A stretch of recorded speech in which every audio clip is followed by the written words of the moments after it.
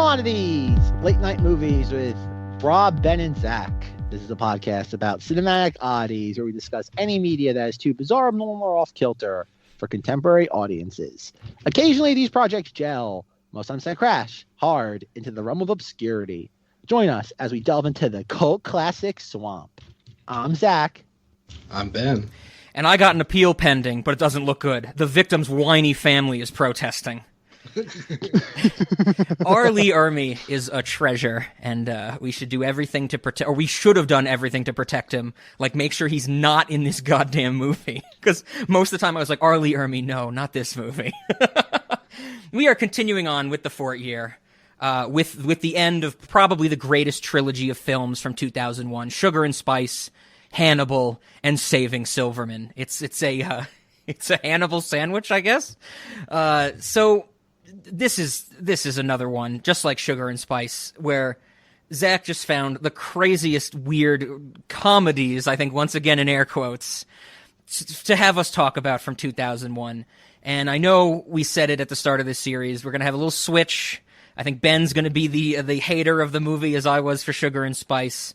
And man, I have to say, I hate this movie too, Ben. Don't worry. This movie, I think it kind of broke me.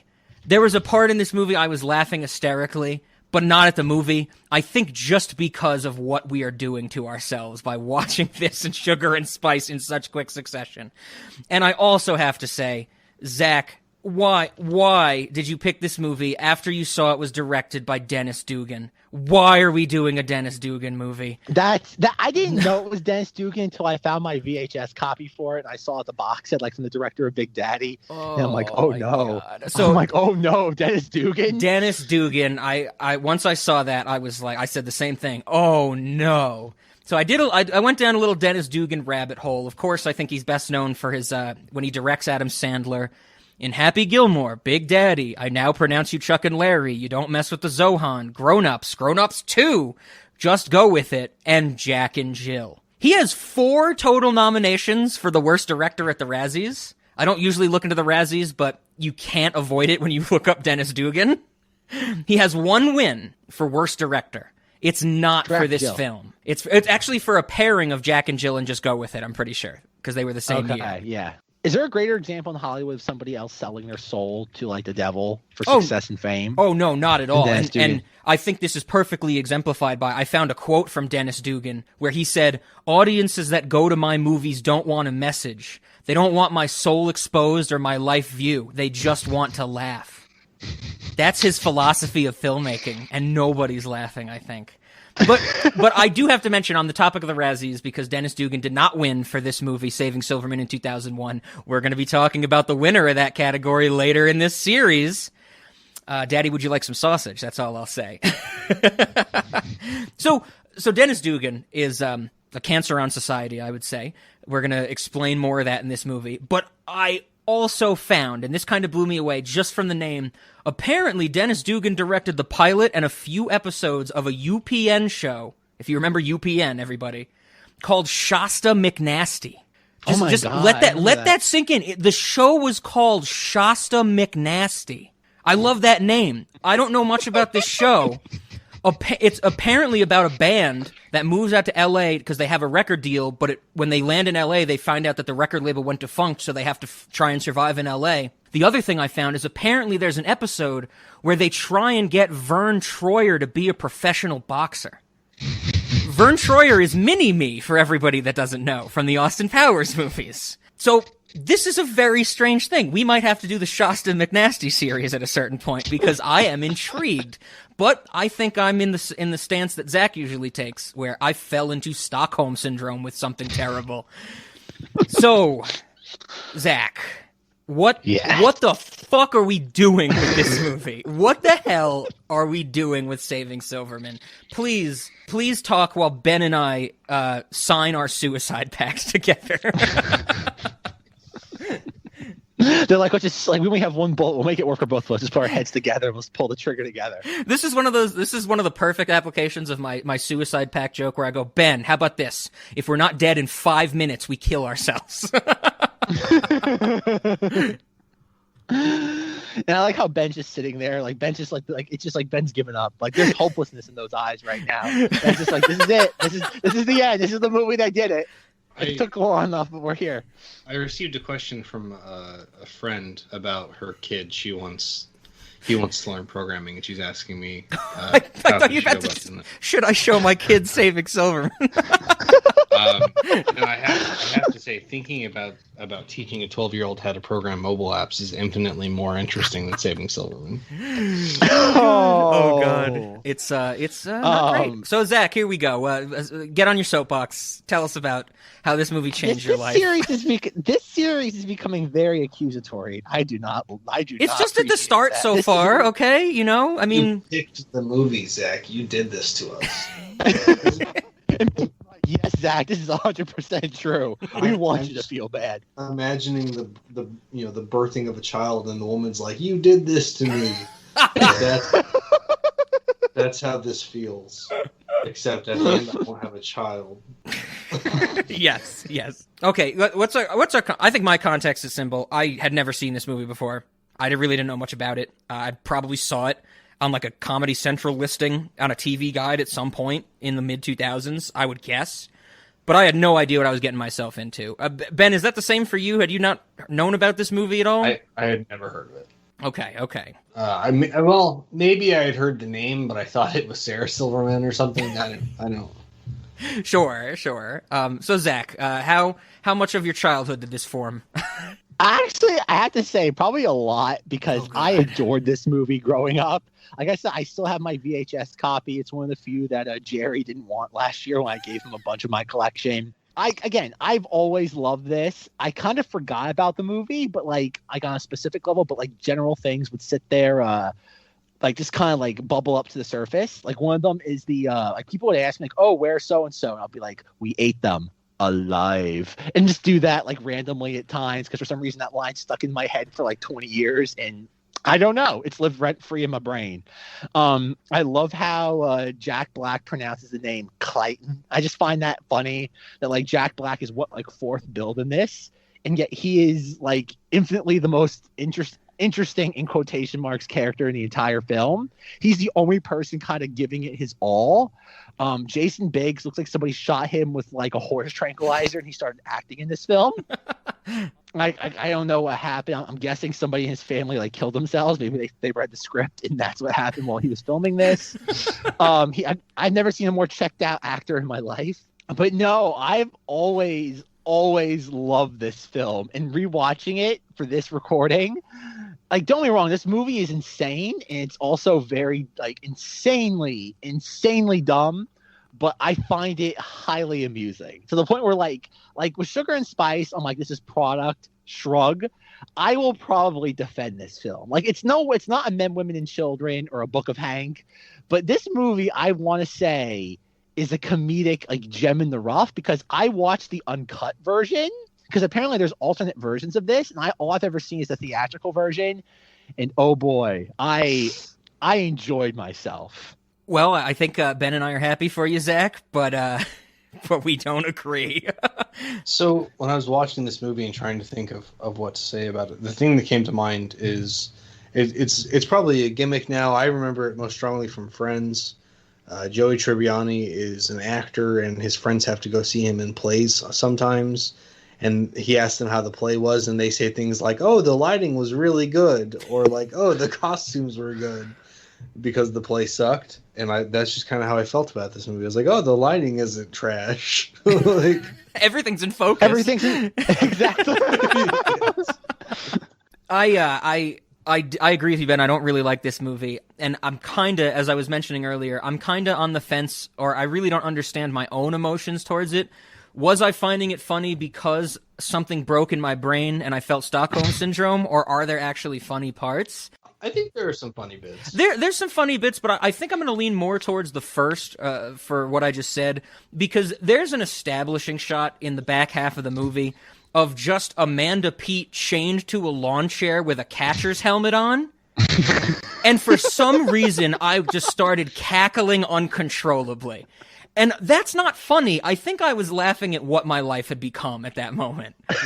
Yeah, I could see that. But I honestly think something snapped in my brain when I saw that shot, and I lost it. Like I missed like the next scene because I think I was just cackling uncontrollably. It was weird. It was a very strange experience. But yeah, this movie's not that good. You guys are wrong. This movie is bonkers. And it deserves so much more than like people watching it on Comedy Central in like 2004. Zach, put it away. Pull your pants up or no more Matlock, Zach. Like, this is one of those movies that, like, I would say it's almost Cat in the Hat level, where I'd love to go through it scene by scene. Like, it's nowhere near as a masterpiece as Cat in the Hat, but I would love this dissect this like scene by scene. Let me give you some context for how much I don't want to do that.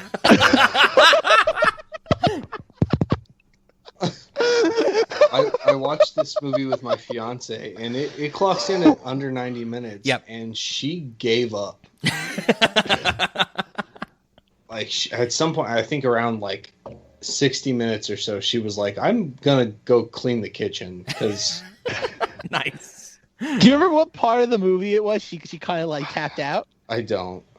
I was trying really hard to stay awake, and it was a bad time. So I guess I think I want to get at, well, I can kind of see where this movie like got its foundation, I guess is the way to put it. Because Jason Biggs, of course, American Pie 1 had already happened, and so he's definitely like in that zone of raunchy comedy guy. Where was Jack Black in 2001? Because he's doing his shtick, yeah. He'd been around for a while, but like it wasn't like everybody forgets with Jack Black, like he'd been around forever. Yes. But like he didn't blow up until School of Rock, which wouldn't come for a couple more years. Yes. Well, of course, as we know, Zach, he's in Mr. Show with Bob and David. So. Well, he was also, remember, like, what was it, Mars Attacks? He was Mars also Attacks. in, was it Magnolia? Was he in Magnolia? I don't know. I don't remember. Is that the Tom Cruise one, right? Yeah. When was Shallow Hell? Was that before or or after 2001. This? That was same year. Okay. Because then he's doing that shtick. I mean, well, again, he did The Cable Guy. Oh yeah, that's right. He sat the Enemy of the State. Like he'd been around for like at High Fidelity.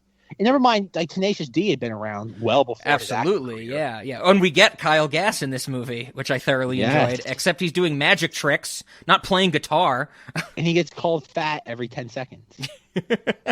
So like I said, I see where this movie got its foundation. They had this crazy idea for, I think I even read that the original title of this movie was Evil Woman. And they had the Amanda Peet as this, controlling woman character. They wanted to get this, weird raunchiness in there. So I get where it's coming from, but it just doesn't come together. Like, I mean, I find it so annoying. Like Jason Biggs' character, like you said, Zach, he's asleep. He's so boring, and his constant like, oh, I love her though. She's clearly the worst thing to ever happen in my life, but I love her. And I'm like, shut up, stop it. And then Steve Zahn and Jack Black have no chemistry together. I didn't think they worked well together at all. Probably, oh, really? Yeah, I didn't care for any of their stuff, I also don't think I don't really like Steve Zahn in general.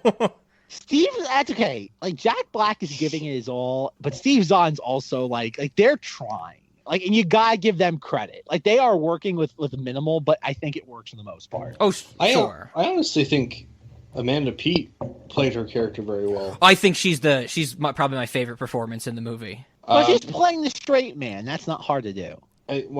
Whenever you're surrounded by whatever the hell else was happening in this movie, it sticks out. But I will say, like, so one of the reasons that this movie like fell hard for me is that the Amanda Peet, the Devil Woman, mm-hmm. they call her Satan multiple times. The Emperor. She. Freddy Krueger. Is a psychologist and comically evil. Like, when I say comically evil, I don't mean funny. I mean, like, evil in a way that doesn't exist in normal people without them having, like, severe repercussions for being that evil. Sure. She's a sociopath. And she's a psychologist, so she should absolutely know that she's fucked up. Yep. Is that the whole point of the movie? That everybody in this movie is fucked up on a different level? They all have very... I guess that was the point. I don't know. I was about to say they all have their problems, but this was 2001, early 2001, and one of the problems of our characters is that he's gay. So they don't all have problems. They have early 2000s problems. So I'm with you, Zack. I guess that could be considered a point of the movie. if you're grasping at something. It felt like an attribute. I mean, everybody has their problem, like that. But I think everybody in the movie, except for oh God, what's her name? Sandy. Everybody has an issue. Well, her Sandy's issue is that her trapeze partner named Luigi Panini died. His name is Luigi Panini. How do you people not like that? That's a first draft name right there. They were like, okay, done. Let's clock out for the day. I came up with Luigi Panini. Let's go to lunch. I know, but I love the fact that's how just transparent it is. I love it. Literally, that was the first draft, and they went with it. I find that highly amusing.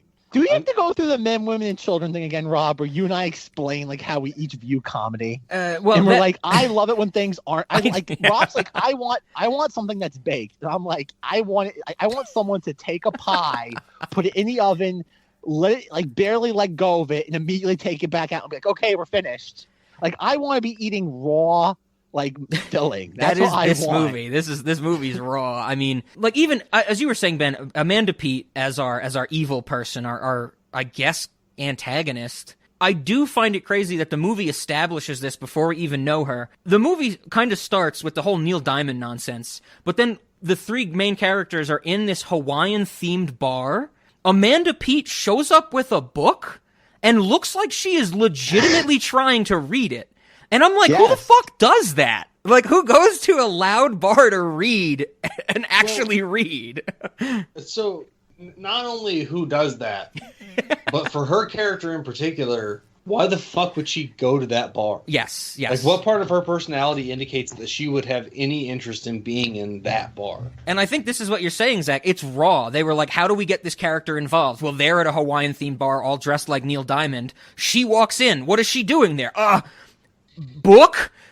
Okay. They didn't even ask what is she doing there. They were just like, how do we put them in the same location? And somebody else was like, well, she could walk in. Yep. And then it's like, but what does she have in her hand? A pocketbook? No. Book. She's studied. And I mean, even before that, you get the apps, Jack Black just goes on his shtick immediately. With that whole thing where Jason Biggs hits on the woman and she's like, I'm taken by a mime. And then Jack Black's like, what does a mime look like when he's having sex? And the punchline is him going, I'm a mime, I'm a mime, I'm a mime. And I'm like, oh my God. Dude, you don't want a chick who would do a mime. Dude, what does a mime look like when he's having sex? Anyway, it's probably like, I'm a mime. I'm a mime. What? I'm like, did I take drugs and not know it? What is going on with this movie? Okay. Oh, I will concede there are those moments in this where it gets really lowest common denominator, insert fart joke here. I will not argue that. That is generous. Insert auto oral sex when Steve's on naked, folded over like a pretzel. That is a very arresting image.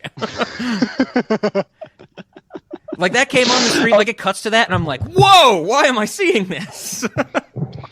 But I love the parts too. Okay, yes, Jack Black is dialing up his shtick numerous times in this, but I also love we have the flashback of when they get a restraining order against Neil Diamond, and he crosses the barricade. He's like, Neil, I love you. I want to party with you, Neil. And Neil Diamond's just I love that. I just it's stupid stuff like that. Is this trash? Yes. But it's a hot dog. It's cinematic hot dogs. It's not good. It's made up of butts, boots, and dead pigeons. But you know what? And if I had encountered it when I was 8, it would have made me throw up. Hey, I ate it at 8 years old, and fast forward 16 years, and I come across Men, Women, and Children, and I lose my mind. Oh God. Men, Women, and Children is the evolution of Saving Silverman. Tell me I'm wrong, Rob. I see where you're coming from. Absolutely. I'm wrong, Rob. It's got much. Is that what you wanted? It's got too much Reitman in it. Men, Women, and Children. I mean, so what? I definitely find this movie. When I was watching it and I was not enjoying it, I definitely kind of got in the sense of like, there's stuff in here that is so absurd, I should be into it, but it just falls flat for me. Because the movie definitely starts to get straight up absurd when Amanda Peet and Jason Biggs get in the relationship. Steve Zahn and Jack Black are like, oh, it's tearing our friendship apart. And I think it first starts when they're like, Jason Biggs got ass implants for this chick. And it shows the ass implant scene. And I'm like, okay, this is crazy. And then I expect their kidnapping to be foiled, but they actually succeed after they tase her. They dig up a body to fake a death. Like, this is absurd. It should work for me, but it doesn't. Okay. Pause. That is great. Okay, I want to know, like, they kidnap Judith, and they're like, okay, like, I forget, like, Jason Biggs says something like, well, there's no body, she must be alive. Yes. And next thing we knew, we cut to an establishing shot of, like, a cemetery as they're basically grave robbing. And Jack Black is digging the thing as Steve Zahn's talking, and you hear, like, dude, this dead chick is stacked. And like it makes that hard left turn into just like absurdistville. And the next thing we know, they have Judith's BMWs, they're pushing it over the cliff, and Jack Black's coat gets caught in it. And it's like, dude, I'm stuck. So take your jacket off. But I love this jacket. Lose the jacket. Okay. And like it's that level of absurdism that just kind of like comes out of nowhere. Because yes, is this like dumb Adam Sandler shtick? Absolutely. But you do get those weird moments. Like, I don't care what Adam Sandler movie you're watching from the 90s, 2000s, 2010s. There's no point where he's sitting there grave robbing a woman and he's like, dude, look at this dead woman's chest. And then, like, you see Jason Biggs on TV watching. It's funny. His fiance dies, and he's learning about it from, like, the 10 p.m. news. And at the very end, they're like, in unrelated events, a local woman's grave was pillaged. And I'm just laughing. Like, I don't know why. Again, comedy is inherently subjective. I concede that. But, like, I found that moment nothing short of incredible. Like I said, it's absurd. It should work for me, but it just does not come together. And I think getting back at, comparing this to something like Sugar and Spice, this is where I think I'm flipped from Ben. I liked this more than Sugar and Spice, even though I dislike both movies, because at least this movie has that absurdity in it. Like we said in Sugar and Spice, that is so safe. That at least this has something that's a little more crazier. Even if it didn't work for me, I can acknowledge that, I think. Well, even take the fact that Sandy's family is like from like the freak show. You have like the bearded woman, the strong man, and the dog-faced boy. Yep. It's like, why is that there? Like, just say like, oh, her family was acrobats. And yet they actually went through the effort probably of taking some actor and applying probably 6 hours of dog boy makeup to him just to have it for like, what, 2 shots? Like, come on. Like, there is effort here. Like, that's the thing. Like, I'm willing to reward it when they try. Sure. I mean, there's definitely more effort in this than Sugar and Spice. I'll give you that. But the point being is that, like, I would say, like, take any comedy released on Netflix in 2020, and I would say Saving Silverman is infinitely better than all of them. That's interesting. Remember, the part of the series beyond the fact is, like, how this helped cause 9/11 is also, like, something that was bottom of the barrel in 2001, which is 100% what this was back in the day, I say is infinitely better than any comedy released on a streaming service last year. Because 9/11 already happened, so it can't cause it? Well, maybe. But at the same time, though, it's the idea that, like, things are only getting worse. Like, come on. Like, take like, wasn't there an Andy Samberg movie where something, like, he's trying to get engaged to a woman. They're, like, in Hawaii together. I saw that, like, Palm briefly. Springs? Yeah, I don't even know what the plot is. All I know it's Andy Samberg beach movie. It's a Groundhog Day. Groundhog Day. Is that what it is? Yeah. Okay. It's a time loop, I'm pretty sure. I could guarantee you right now the grave digging scene in Saving Silverman is better than that entire movie. I'm pretty sure I've heard that Palm Springs starts, one of the opening scenes is Andy Samberg masturbating furiously. I'm pretty sure I heard that. But does he fuck a wedding dress? No, we'll never get another That's My Boy, because Dennis Dugan did not direct that, thankfully. No, I mean, I hear what you're saying, Zach. It's just, oh God, it's just, I don't know. Like I said, I can't really put my finger on it why it didn't come together for me. But that absurdity, okay, on paper, I enjoy. Look at take R. Lee Ermey's entire character in this movie. We introduced to him as the coach, and he's essentially what? Oh my God, who was the coach? Oh God, Bobby Knight. He's essentially like Bobby Knight. Oh sure.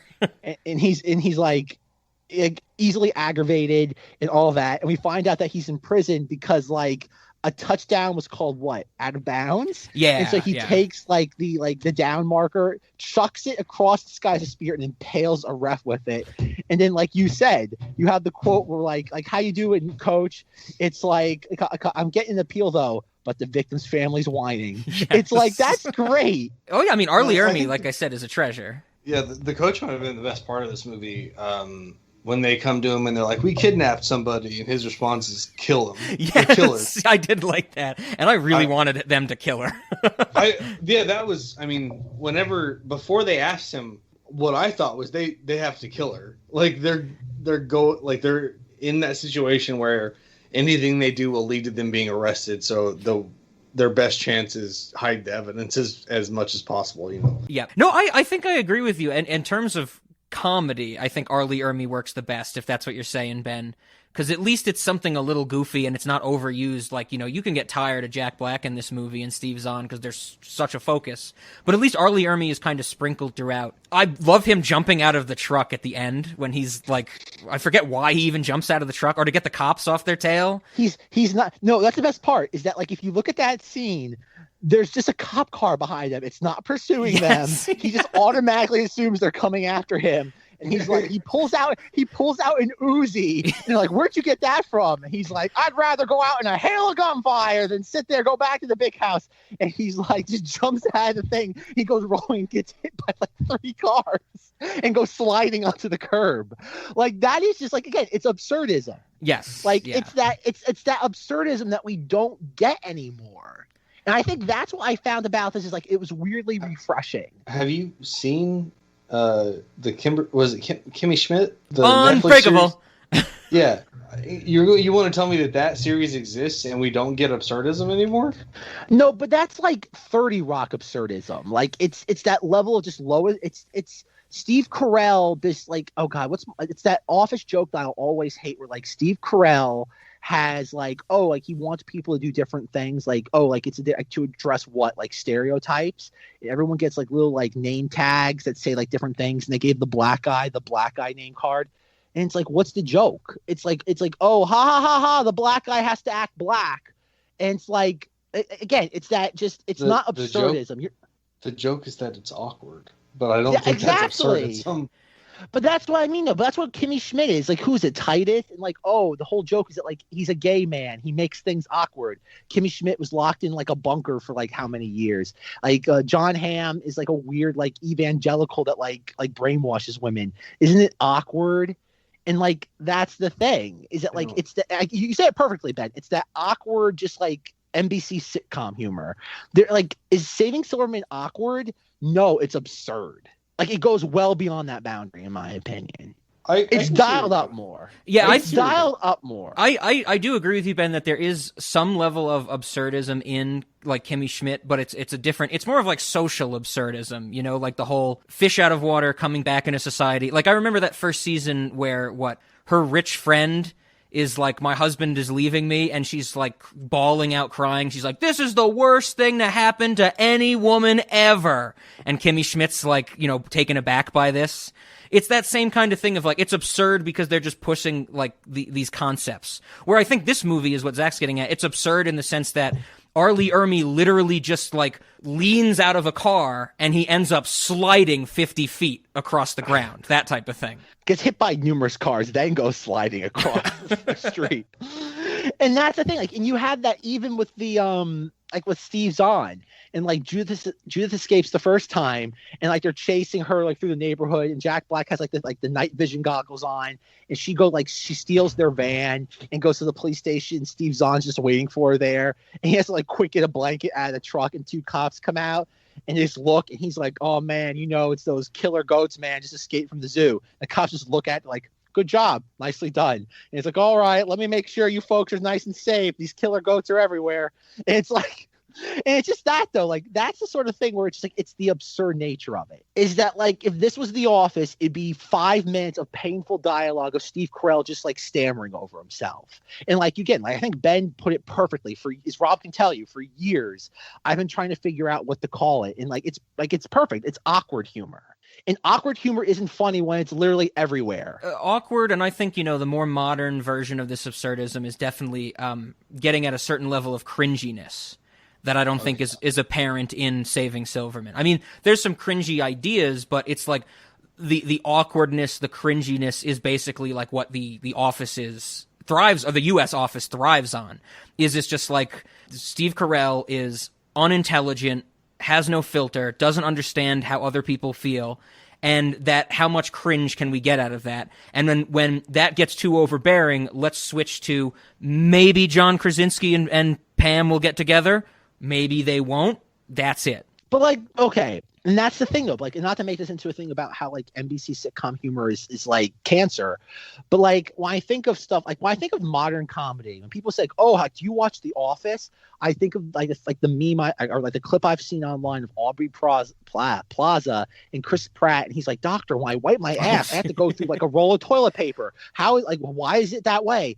And I'm like, this is funny. I'm like, it's not funny. I'm like, I definitely did not understand that. That clip has come up so much online from Parks and Rec, and I'm like, this is just toilet humor. Like there's like I've seen all of Parks and Rec. There are better scenes than toilet humor. There's actually crafted jokes that isn't just, isn't this crazy? Nobody talks about it, but we're talking about it. I think that's at that level of cringe that I was mentioning. But no, sure. Like I agree with you 100% on that. And that's why I think why Saving Silverman is so refreshing, because it's so outside those bounds of what we're used to, or what we've acclimated to, maybe is the correct term.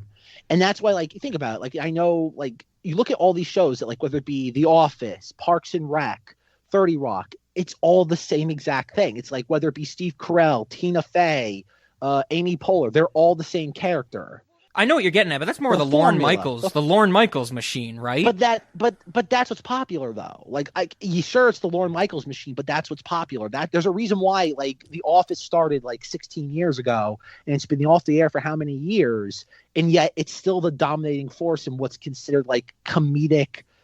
I don't want to say television or comedic, sitcoms. It's still like the model. It's the template. Oh, sure. And yet, and that's why, like with Saving Silverman, that like I love it. It might not be objectively good, but I love it because it's at least different. It's what's the word? I don't want to say a palate cleanser, because that's not what it is, but it's so far outside of what we're told to consume. I like it for that reason. Because even if you go back to like, I'm trying to think, what was popular comedy in 2001?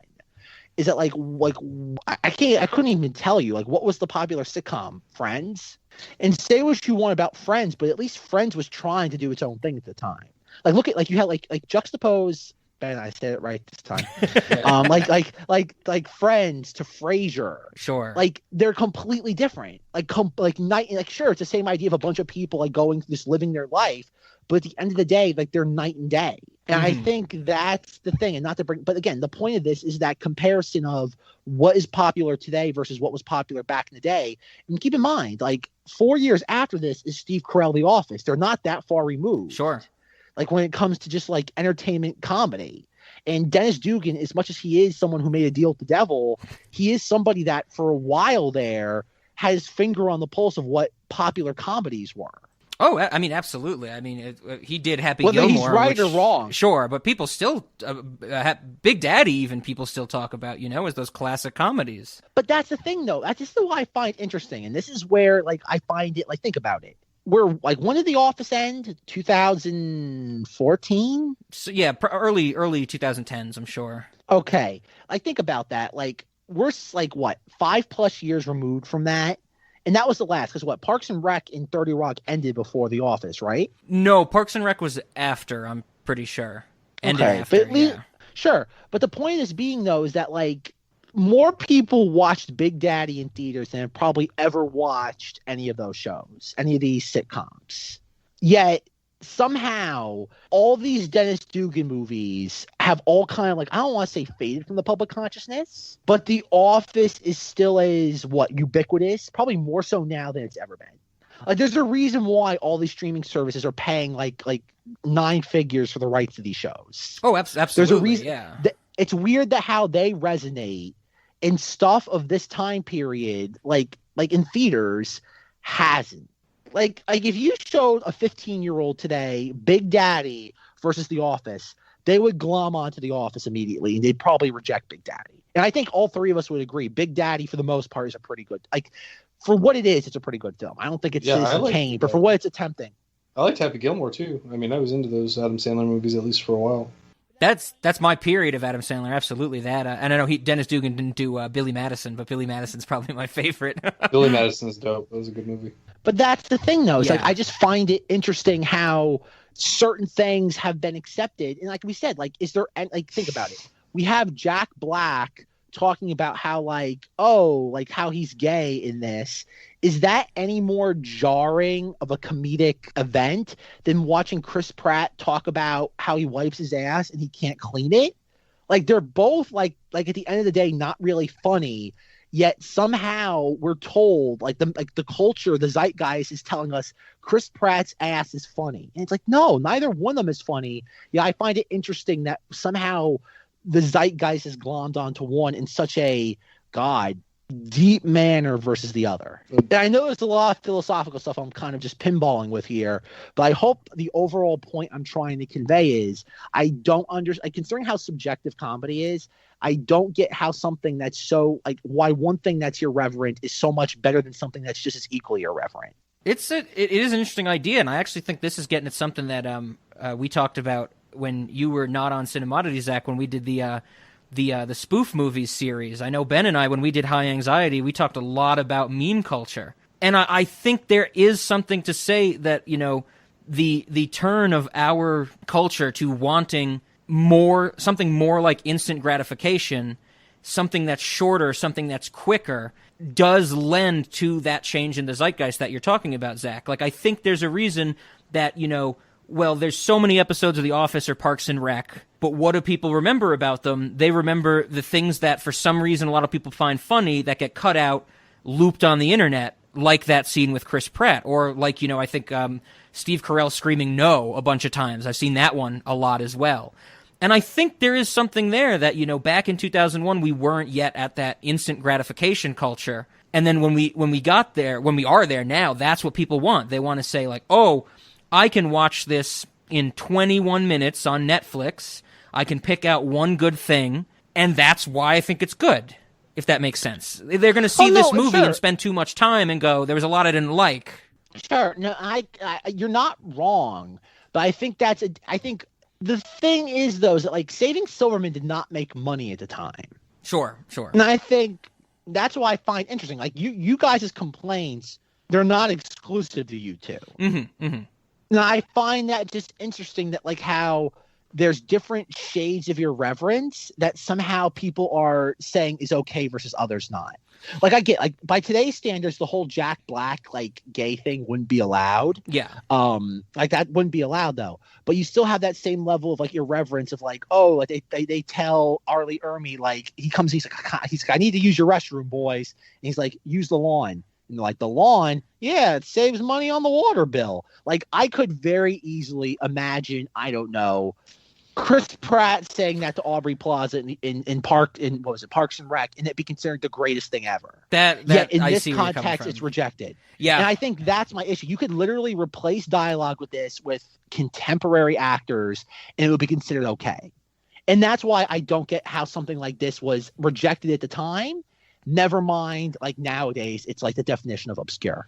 Yeah, that's an interesting idea, absolutely. But you're right, that toilet humor type of thing, you could take it from this movie, supplant it with more modern people, and there's a lot vocal people on the internet that would probably love it to death. I could guarantee you right now, you could transcribe this film and recast all the actors, do not change any of the dialogue, not change anything. And you sit there, cast it with NBC sitcom actors, put it on Netflix, Hulu, whatever, and it would become instantly popular overnight.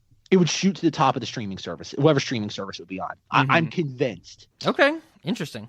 Tell me I'm wrong, Ben. Tell me I'm wrong. I mean, I see where you're coming from, but I don't agree because something fell flat. And I don't think it was just the actors or their performances. I don't think it's that either, because I think everybody in this movie is doing a serviceable job. I don't think there's a bad performance considering what they're given. As much as I laugh about Jason Biggs not being a good actor, he's doing exactly probably what he was told.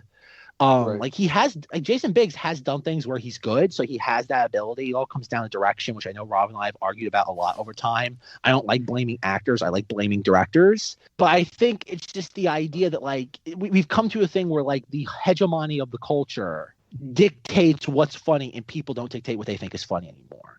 Or like you two, like it's like Rob said, like his Stockholm syndrome with this film is that Rob's able to look at this and be like, overall, this is a less than ideal film, yet there's parts of this that I do find funny, where I would imagine most people would just throw the baby out with the bathwater and just be like, nope, like I reject this like part and parcel. Like there's nothing, like it's all or nothing. I mean, I definitely also found parts of it funny. It just wasn't enough to like redeem it, I guess. In terms of what I watched this movie again. Sure, and I think that's the thing where we're all coming from, is that, you know, we can not like a movie but know that there's good things in it. Where I think the culture more today is, you know, it's binary, you know? Like if a movie's bad, everything's bad about it. I definitely hear that a lot from people I let's do it again. Let's poke fun at our favorite punching bag, Justin with Southland Tales. I remember that conversation, Ben, where I'm like, this movie's amazing, I love everything about it. Ben's like, I agree with you, this movie is so well shot and looks great, but I didn't like it. And Justin was the one who said, this movie is a failure on every level. And it's like, why? And he goes, because I didn't like it.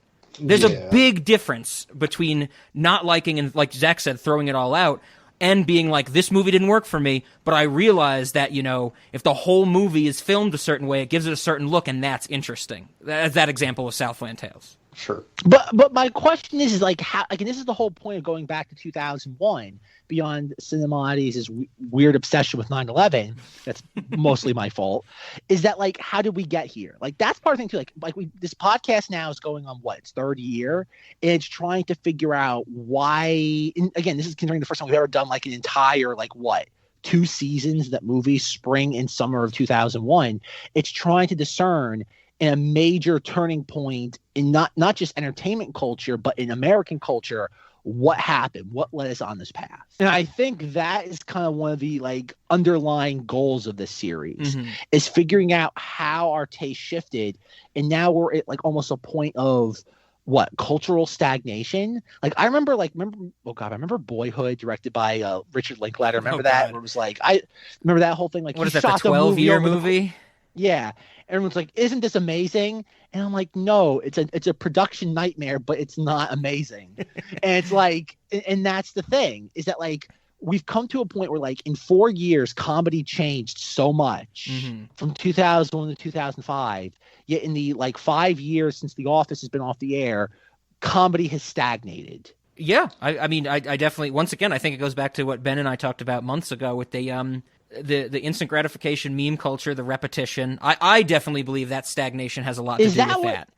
Is it the repetition that's created the stagnation? I completely believe that, because right now, and for the last few years, we have been living in a culture of comedy that is template based. You have the same comic, you erase the words, put something different, and people regard it as something new. And if that's not stagnation to me, I don't know what is. Well, I think that honestly, smartphones are to blame for this.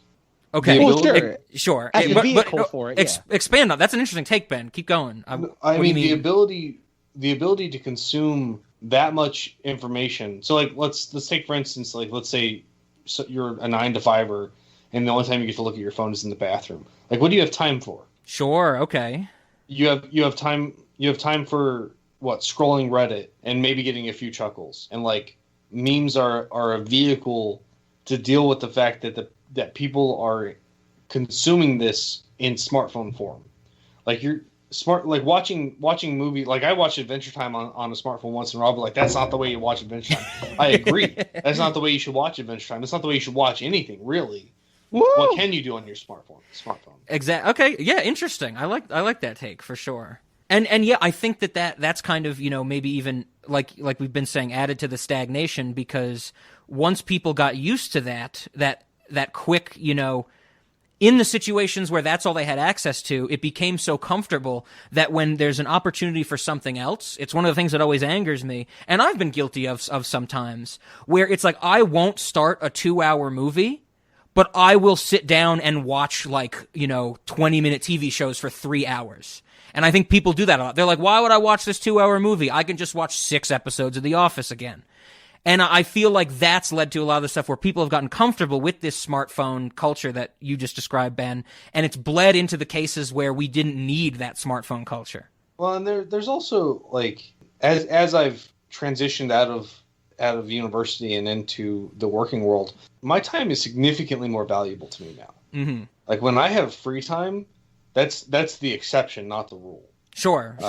And so if I'm going to consume something, I either want to make sure that I'm going to enjoy it and therefore go with something I'm familiar with, or I want it to be short enough that if I don't enjoy it, it doesn't suck up the whole day. Gotcha. Yeah. So, like, that's, or, the whole chunk of time I have. So, like, yeah, I mean, there's definitely, like, a certain amount of like, I don't know if laziness is exactly the right word, but there's a certain amount of, like, necessity almost for these things to be digestible. Mm-hmm. And, like, this kind of started with Twitter back in the day, but it has grown a lot since then. Oh, yeah. Okay. Of course it comes back to the social media. Good. But this is the thing, though. But, like, Ben is 100% on, like, he's 100% right. But, like, there's still only 24 hours in a day. Our lives are still, like, we are, like, our jobs are becoming more and more efficient at our jobs thanks to technology. There's no reason why, like, back in the day where someone had to commute, like, an hour each way to work and then only have a finite amount of time, like, on weekends, that they would still choose to go to a movie theater. And now, like, Ben's right. Like, it's the idea that you want to consume something that, like, you're going to like. But, like, it's weird that, like, it's almost as if, like, that philosophy of, like, and again, he's 100% correct in that, like, I only have so many hours in a day. I want to consume something that I know I'm going to like. Mm-hmm. So, like, I don't feel like I wasted my time. We're human. But, like, 20 years ago, we were much more open to sort of new things. And somehow now we're supposed to be infinitely more open-minded and liberal thinking when it comes to entertainment. Our preferences have narrowed. We had significantly less control over what we consumed back then. Oh, that's a good point. We consumed what was available. Like, if you wanted to see a new movie, you either had to go rent a movie or go to the movies. Now it's like fucking open Netflix and you have all this shit at the palm of your finger, or, your fingertips. But I have access to the things that I know I like. Whereas before, But you always had that, though. Like, whether it be Netflix or Blockbuster, you always had that opportunity. Like, you always had options. Like, sure, you could sit there, like, rent Terminator 2 again on a Friday night. Or you could rent Saving Silverman. But, like, you also have to take in mind that you are paying for a rental. Like, you're paying for the specific individual rental, whereas with Netflix, you're paying for a service. So the fact that you're rewatching the same thing doesn't feel like you're spending money to rewatch the same thing. Whereas if you're renting a movie again, like, you're spending that money to rewatch that movie. Sure, but that gets to the crux of one of the points you brought up, the idea of familiarity and save. So, like, let's pretend that it's like the summer of 2001. You can rent a movie you've seen before and you know you love, or you could rent something new. And at the time, or with Netflix, where you're spending what's Netflix current rate? Like, what, $12 a month, something like that? $17,000 a month. $17,000 a month. Firstborn, yeah. And it's like, but nowadays you have more freedom and more of a luxury that, like, it's almost more of an invitation to look at new things, because if you don't like it, you don't feel gypped if you don't like it. Where somehow people were, I think about it, like you were saying, Ben, like back in the day, Blockbuster would charge you like 4 days for like a 2-3 day rental. So if you did choose something wrong or something you didn't like, you felt much more ripped off at the moment. Whereas now you're only spending $12 a month and you can be like, okay, you cut your losses and you move on. Yet with that freedom, we've become even more, again, laser focused in what we'll view relative to back in the day where we felt we were more exposed, yet somehow more forgiving. Freedom allows you to do what you want. So this is something that was kind of unexpected in, I think, one of the Switzerland or Sweden or somewhere. They put an effort to kind of make men and women employment opportunities as equal as possible. And what they found is that people kind of bifurcated and men and women did very different things as opposed to not from each other, but different from across the sexes. So like women were way more likely to go into the personal care kind of professions where men is way more way more likely to go into engineering or having jobs that had to do with things. What I'm getting at though is that we expected that giving them the freedom to move across the entire spectrum of employment would make it so that more people moved across the entire spectrum of employment, and that's not what happened. Giving people freedom made them focus on the things that they wanted. So it comes down to the philosophy that if you give the human brain more than like a dozen choices, it shuts down, goes back to what's safe. That's exactly what I was about to say, because whenever this comes up, it's one of my favorite things to talk about, the modern plague of option paralysis. When you give so many people Netflix, they go, this is overwhelming. I'm going to go to my recently watched and watch The Office again, or watch, Law and Order again, which I'm guilty of, watch Adventure Time again. I think option paralysis plays a big role in it, that we have these options, and it's much more convenient and easy and free to reach them, and that messes with us to some extent. Well, and you also have to take into account that making choices actually costs you resources. Mm-hmm. And so, there's option paralysis when you're overloaded with too many options, and it would take too much effort to sort through them. But there's also the situation where if you make a lot of choices in your daily life, like you eventually run out of the ability to some degree to make choices. Oh yeah, yep. And so you fall into that default pattern for that additional reason. And so I guess what I'm getting at is at least at the end of the workday when somebody's tired, they're not going to choose something new. If they're going to watch something they haven't seen before, it's because they already knew they were going to watch it. Sure. But this is okay, and again, this is one of those instances where you're correct, Ben. But at the same time, though, there's always been 24 hours in a day. There's always the I mean, like I've told Rob before, if only I could add 6 more business hours to a day, I could solve most of my problems. It's that thing is like we're always stressed for time to do things. It's not just time though; it's the mental resources of making. Is that what it is? Oh yeah. That's always been a constant forever. Yes, but again, this comes back to what's available. Like your Blockbuster, it only rented out movies for a certain amount of time before it had to rotate in new ones. Like eventually, you would be forced to watch something new because your movie would be gone. But isn't that the same philosophy of Netflix? But don't all the streaming services do that? Like for the most part, outside of like the Disneys and over like that much larger length of time. Yeah, it's a much grander time scale. Is it really? I always see. No, absolutely. I mean, I think House was on Netflix for something like 8 or 9 years until they removed it. Oh, yeah. I always see the articles online about like what's leaving Netflix for this month. Usually, at the end of a month. Generally, as far as I remember, the ones I've seen are that like every year Netflix has to renegotiate its contracts essentially. Yep. And so like if they decide that something's not worth keeping, they don't, and then that will get removed. But they get removed at the end of years, I believe. Whereas with and that's only if they decide it's not worth keeping. And so, there were a lot of things like most movies I don't think stayed in movie rental shops for more than a couple months. But the new releases they always had multiple copies of, but then things would get kind of like, I don't want to say retired, but they would go to the floor and they'd stay there depending on their popularity. Oh yeah, so you're talking about the aisles where you can't see all of the covers, and like those are not going to get nearly as much attention. Sure, of course. Way harder to find. Like why think of my Blockbuster? And obviously, like again, if you've been to one Blockbuster, you've been to them all. And I'm thinking of 2001's Blockbuster. That's what I'm doing. I'm trying to juxtapose. we knew it couldn't. It was too good to be true. I know.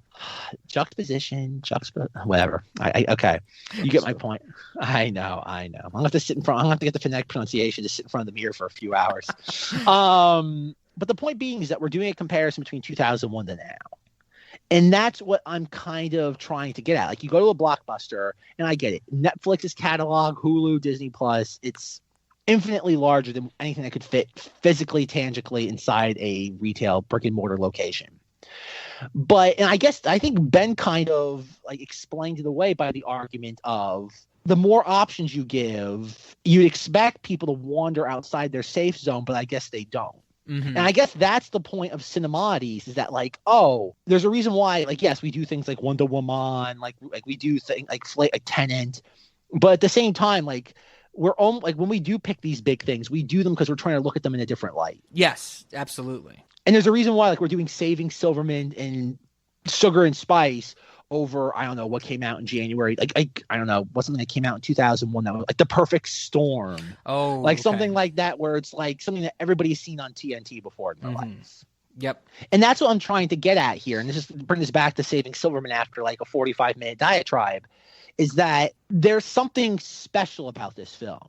Whether you see it as good special, as in like short bus special, it comes down to that thing of like, there's something unique about it. At least how I see it. Like, obviously, I'm not trying to dictate. Definitely something unique about it. Yeah, I would agree with you as well, Zach. Absolutely. No, you're not wrong. But that's the thing, though, is like when this came out in 2001, it was meant to be just like cookie cutter, Dennis Dugan, like a different shade of Adam Sandler raunch nonsense, Jason Bigg raunch nonsense. And yet 20 years later, we look at it and be like, people in 2001 couldn't realize this was different. And yet now we're finally getting at that. Interesting. That's the point I'm trying. That was the Sure. point of this rant for a half an hour. I think the philosophical tangent, related tangent we just went on saved this episode. Thank God we had that.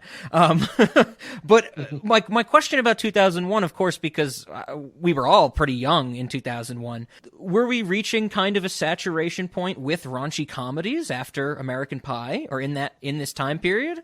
I don't. Could that be why this kind of fell by the wayside?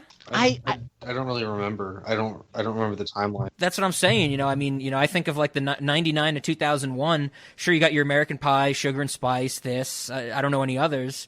But maybe that could be the case, that this became so commonplace or seen as knockoffs of American Pie that they didn't get a lot of attention. Even if they were something unique, like you're saying, Zach, they just get put into this category of, it's another one of those. Okay, I'll give you some examples of 2001 comedies.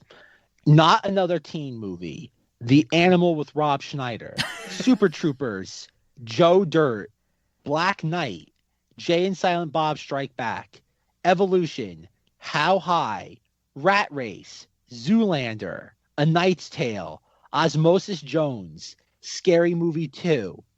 Like, that's this Monkey Bone. Yes. There's a lot of raunch in there. There's a lot of raunch in there, though. But like, out of all of those, like, at the end of the day, which do you think is funnier? Rob Schneider pretending to be an animal, or this? Like, The Animal is a one-note premise. I don't think that I would have liked The Animal, but I never watched it, so I couldn't tell you. Like, have you ever seen Super Troopers? Like to this, like, they made a sequel like 15 years later because that became like an unseen gem. Yeah, and there's Super a lot of Troopers raunch in is that. dope. Yeah, I enjoyed Super Troopers. I don't know. I kind of think with what the ones you listed, there's a lot of raunch, there's a lot of sex comedy stuff in there, and I think that maybe there was some saturation in audiences of the time, or older than us, of course, that were going to see those things in theaters. Just a idea, hypothesis. Well, and I also like, I don't think Jay and Silent Bob was like particularly famous when it came out. No. But that movie's funny as fuck, and like that's yes. that's Ben is our Kevin Smith supporter on the podcast. But like, okay, look at like the highest grossing comedies of that year. It's like Rush Hour 2. It's like Shrek. It's not particularly raunchy. Well, that's what I mean, though. Mm-hmm. Yeah. But like, you look at what was being primarily made at that time. Like, American Pie 2 was a big winner, but obviously that had kind of like sequel inertia behind it.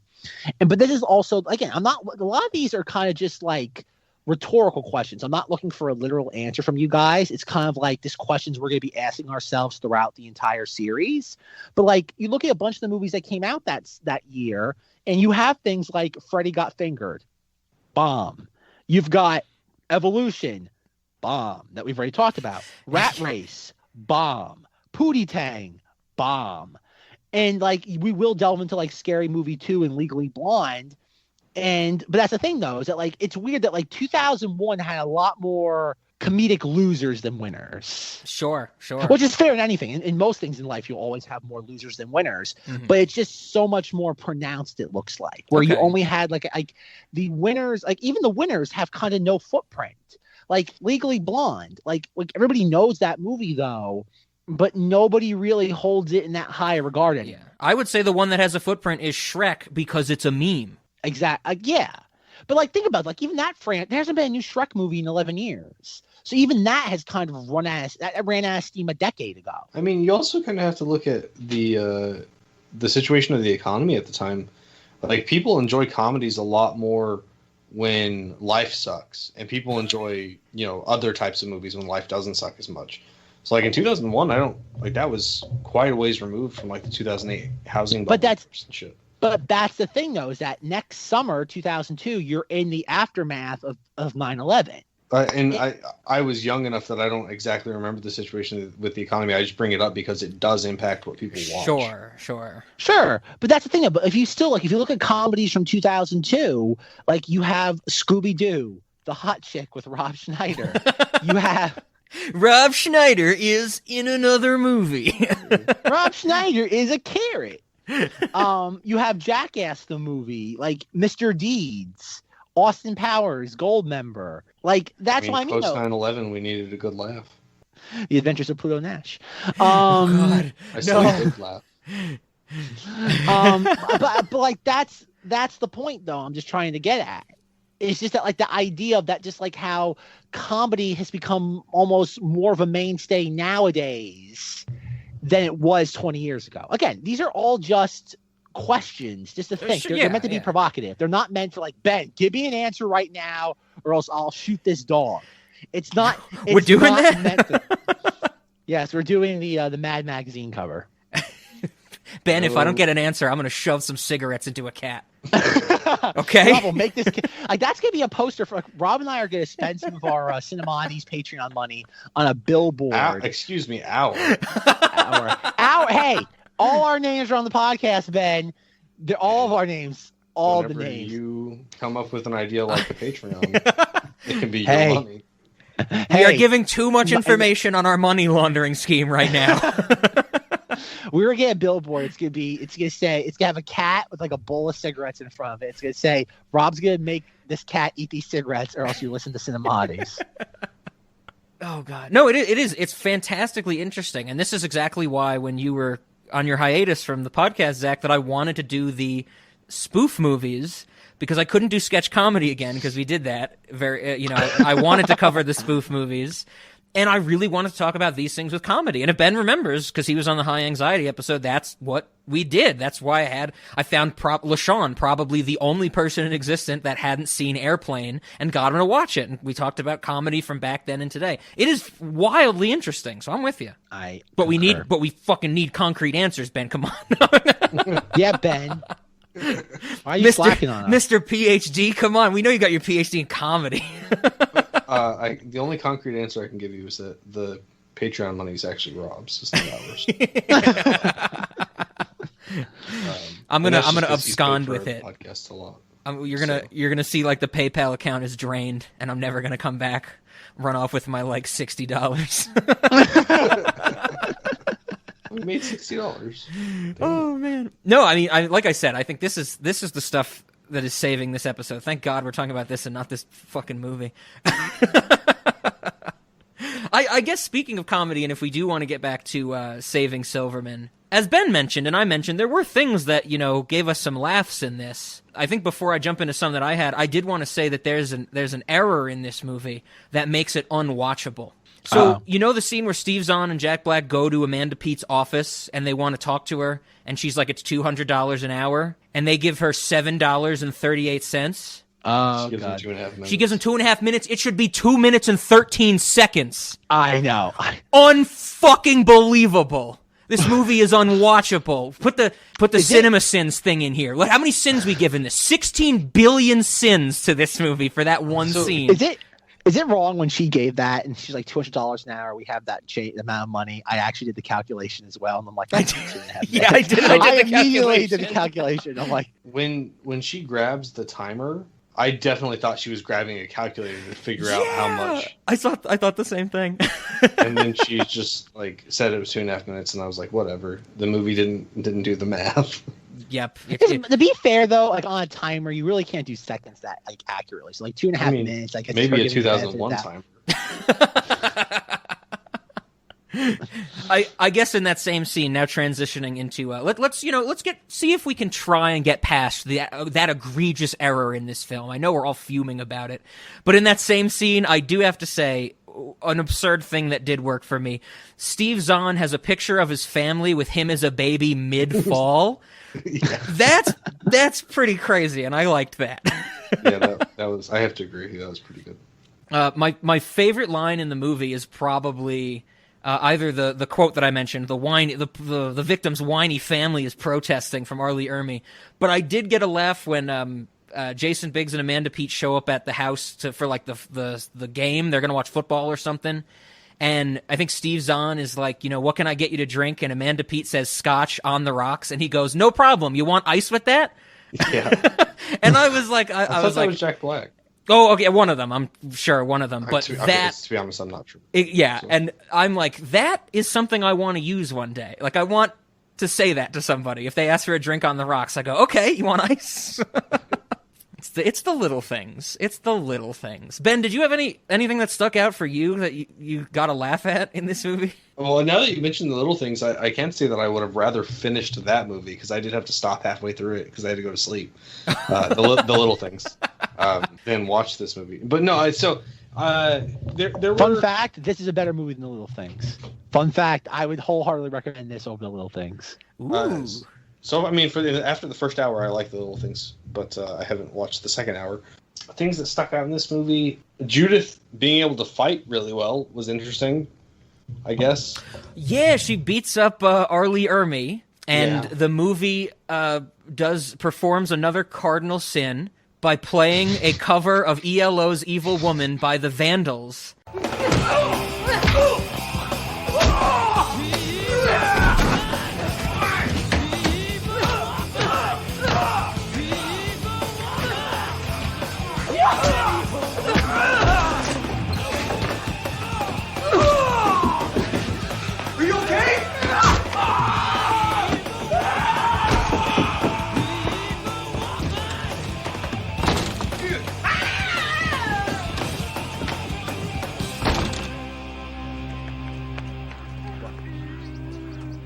And it's terrible, and I hate it, and I wanted to once again make myself deaf because the early 2000s did not meet... Like, I feel like people in Hollywood in the early 2000s was like, oh, there's a really popular song that fits this moment. Let's get a terrible band to cover it in a genre that it does not belong in and put it in a movie. I didn't care. I didn't care for that. You also can't cover ELO songs. It's a crime. It should be a war crime. I do have to say, though, I have a favorite scene in this movie, and it's one you mentioned earlier, Zach. The scene where Judith escapes the first time, and they're like chasing her down in the truck. The only reason I like this scene is because we get a needle drop of a Harvey Danger song. Anytime a movie plays a Harvey Danger song, it gets bumped up. The song was Authenticity.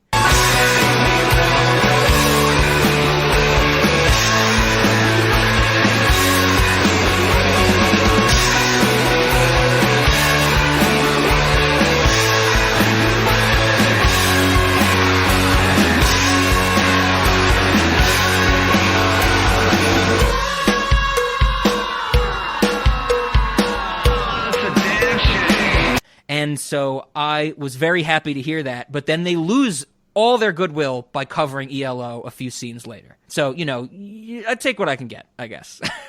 I have a music question for you, Rob. What is your opinion on Alien Ant Farm's cover of Michael Jackson's Smooth Criminal? Oh, I haven't heard that in so long, but I think it's... Oh, I actually don't dislike it because it's heavier than the original, of course. And I also might say that that's the one that more people know these days. It's definitely the first one I knew of.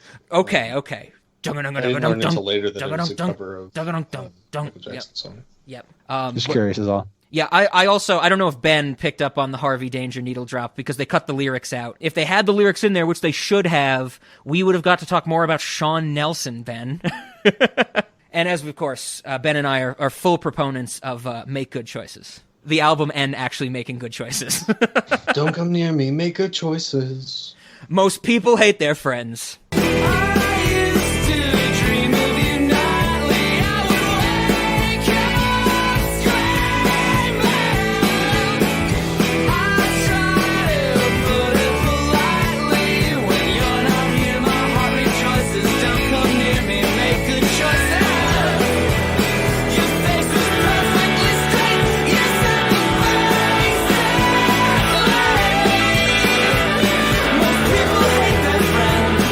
That's it.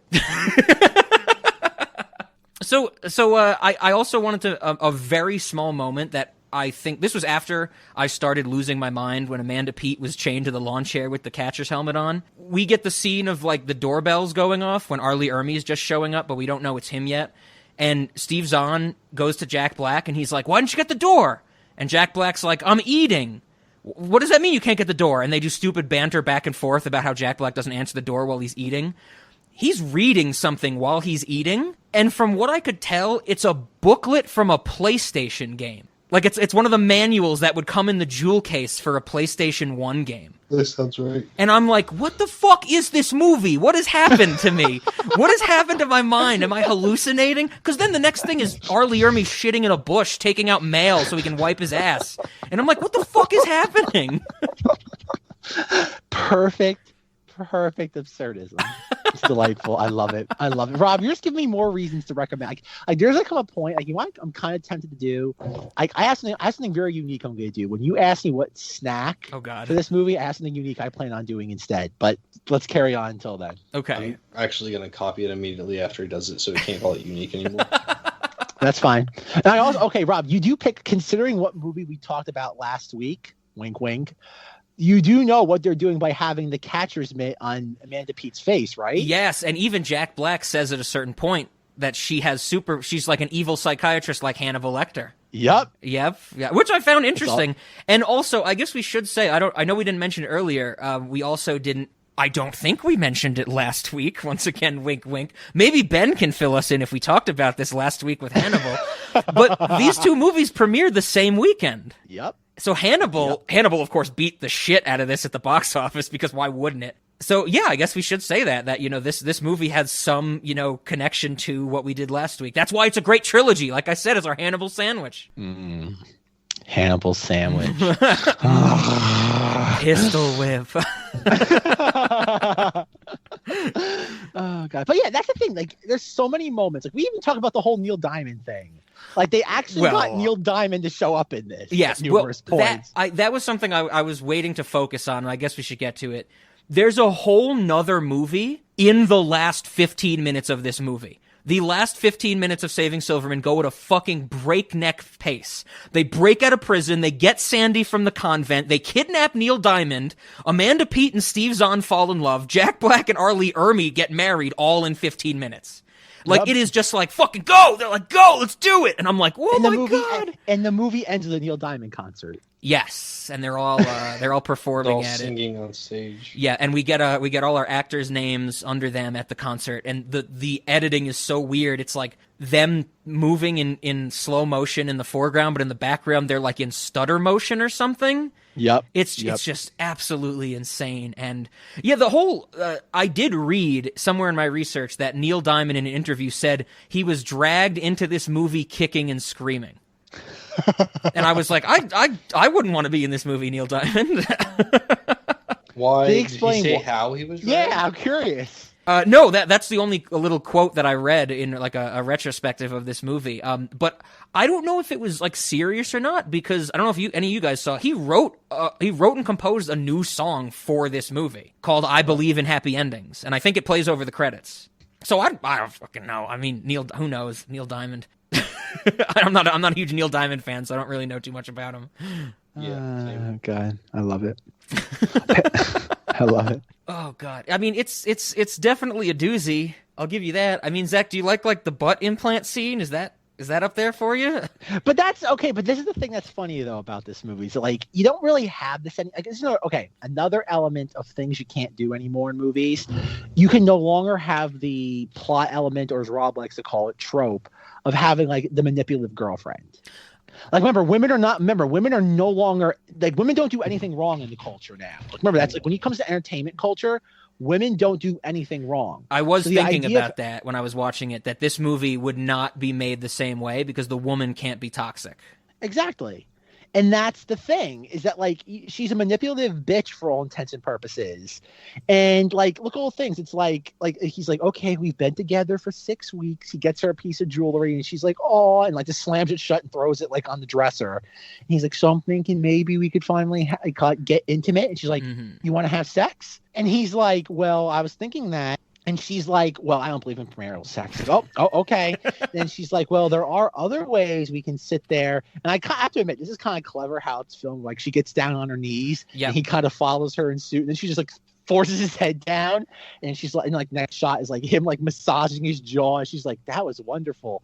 And he's like, well, maybe we could reciprocate the favor. Yep. And she's like, oh, where are my manners? And she like just throws him a bottle of lotion, like a dirty magazine. And she's like, good night. And next Have scene, fun, I'm like, that's comedy. Like, whether you find it funny or not, that is comedy. Sure. And it's like, it's all above board. There's nothing really overly raunchy about that. It's all like plays out in the theater of the mind. And like, this is sort of thing like I find interesting, that like, how on earth did 8-year-old me find this movie funny? Because 100% of that was over my head. 100% of it. And then even when you have the moment where, like, after he goes over to, like, he brings Judith to Jack Black and Steve Zahn's house, and she's like, you are never to see them again. He's like, what? And she's like, don't make me take away your sex privileges. And I'm like, what? Sex privileges? And she's like, you will not be able to go down on me for a month. And he's like, come on, Judith. He's like, don't make me take away your masturbation privileges. Yep. And it's like, I'm like, that's like, you're playing into the joke of the movie. Her toxicity, absolutely. Like, they get at that. I think also that's pretty interesting. Like we were saying even earlier, Ben was saying that it's like, she is evil, you know, and she is controlling, and she is all over him and toxic and completely brainwashes him. But I don't think, but this is the thing though, is like, we're so used to those sort of things in today's culture. I don't think it's either one of those things, because everybody in the film is given the most part some backstory. Like, we found out, like, Jason Biggs' character is one of those guys who's always been rejected by women. So he obviously falls in love with the first woman that shows him any slight hint of emotion. Mm-hmm. So like that. And we also see her thing later on in the film. It comes a little later, but like, she obviously had a point where she was with a very, very dominant man, and she was hurt by the fact that he was killed in a very bizarrely comical scene. The Asian man just going, he caught dead. The neck breaking, right? Yeah, and it explains why she is the way she is. Like, the only thing I will concede, obviously, her romance with Steve Zahn, but at the same time, it kind of makes sense that, like, think about it. Like, sure, Steve Zahn is, like, a gonzo weirdo in this, but he also, in order to protect his friend, kidnapped his fiancée, faked her death in order to kind of put Jason Biggs and Sandy in the same room together, and to show him kind of the wrong of his ways. Like, just because you want affection doesn't mean you have to settle. Like, the movie, like, for like, outside of like the Jack Black, like what would you call it, Rob? Like a Z plot. You kind of sit there like for the most part is pretty well intentioned. Like, it has a pretty good moral to the stories. Like, don't settle. We'll all find somebody that at least we're compatible with. Like, is it an ideal matching? No, but that's unrealistic. And I think it does have a pretty good message on top of this absurd level of comedy to it. I do like that in, you know, with Jason Biggs' character and his relationship with Amanda Peet, but also even on Sandy's perspective, you know, she feels like the taking her vows and becoming a nun is the way to go. And that's also like, no, don't settle or make this huge commitment type of thing, because there might be something else out there. It's interesting, I guess. Yeah, I think this, and that's what kind of like, and I know like we've talked about this a lot over the years, but it's like you have these movies and like it's more than just a boner comedy. And I know we're definitely going to get into that, definitely with Freddy Got Fingered in a couple of weeks, but like, people have to stop examining films on a superficial level. And I think that if there ever was one lesson to take away from Cinemoddies, is that like, never examine something exclusively at its surface. Sure, but Zach, they're jewels. I got you a bag of jewels. I don't want jewels, Gordy. I just want to suck your cock. Oh, God, that's another movie Ben's gonna have homework for. If he has any negative thought about Freddy Got Fingered, we're gonna ban him. Oh, that's for certain. That is for frickin' certain. Freddy Got Fingered is like, it is Geely level. Oh, God. It is it's cinematic perfection. So you mentioned the Jack Black Z plot. I definitely wanted to talk about, because he's doing his shtick with overacting when it's like he has the breakthrough that he's gay. Like that whole scene where he's like whining and like crying and bawling. Like, it's definitely like, you know, total Jack Black. I always knew I was different, and now I know why. I'm gay. You're the only person who's ever truly cut it out.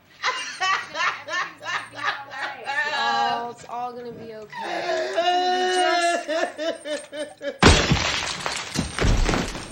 I do have to say, when he like just drops to Steve Zahn casually that he's gay, Steve Zahn's like, wait, what? And Jack Black lists a bunch of things. He's like, yeah, I'm gay, you know, like this. One of the things he mentions when he's explaining that he's gay is his love for track lighting. And I'm like, that got me a little bit, because I'm like, I guess if a theater joke, I imagine, is what that is at its bare minimum. But like, you can also, like, if you don't get that, like, even if that's not what their intention was, which again, I would like, who do we tweet to? Do we tweet to Dennis Dugan? Like how do we get him on the podcast to figure out the intent of some of these jokes? But like, I think it's even like, you could just even pawn it off on irreverence. Sure, yeah. Speaking of Dennis Dugan, one thing I didn't mention earlier that I just remembered it. In my research for Dennis Dugan, I absolutely love that I found on his IMDb page one of his trademarks as a director is listed as, quote, characters getting hit in the face by an object. And I'm like, that's fairly accurate, because Steve Zahn, in a very stupid scene, gets a raccoon to the face at the start of this movie. Get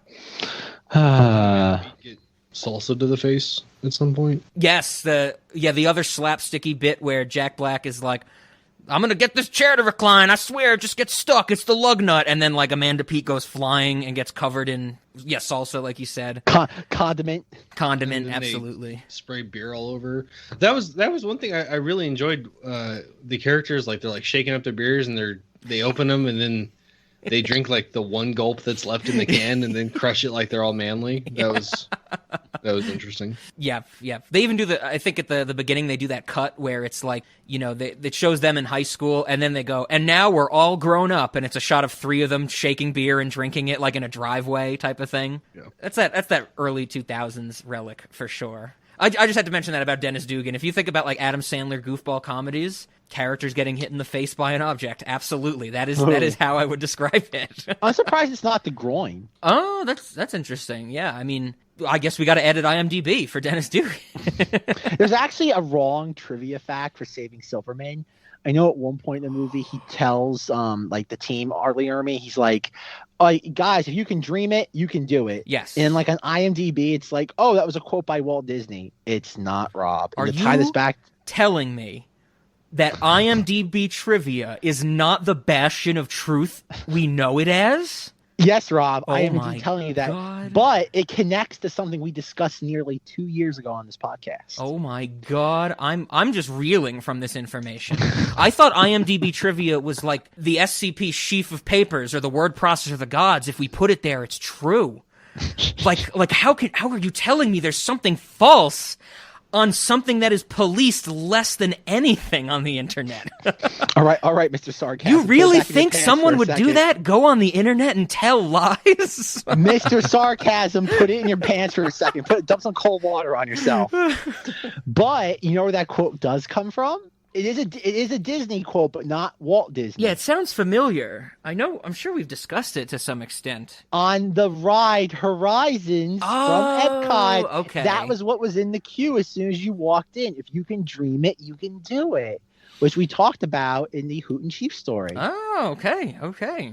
It's all connected, Rob. It's all connected. See, the 2001 Fort year, there's been traces of it. I was seeding the audience for this for years. It's been there all along. You had to know how, it was kind of like the Zodiac, like cipher. Like it was there all along. You had to decode it the right way. I like that. It was baked in. It's been baked in since day one. Oh God, it's day one. Probably, you're right. With 9/11, like you said, that's a good point. Exactly. It's been here all along. It was going to happen. It's like, I don't know. After we do Jeepers Creepers, Rob, like where does this podcast really go? Like sure, we'll do Henry Selick, but like, well, that's when Jeepers Creepers is probably when we're gonna get truly canceled because of who directed that movie. Pedophile. I remember, Zach, there was some episode where we talked about Jeepers Creepers like tangentially, and you were like, that dude's like a pedophile, and I was like, oh really? Because I didn't know the story, or at least very well. And then when I was editing the episode, I was like, I should look into that. And for some reason, when you mentioned that to me, I was like, oh, he probably, he directed this movie, some other movies, and then he gets in trouble and then he gets convicted. He got convicted like 10 years before he directed that movie. And I was like, holy shit.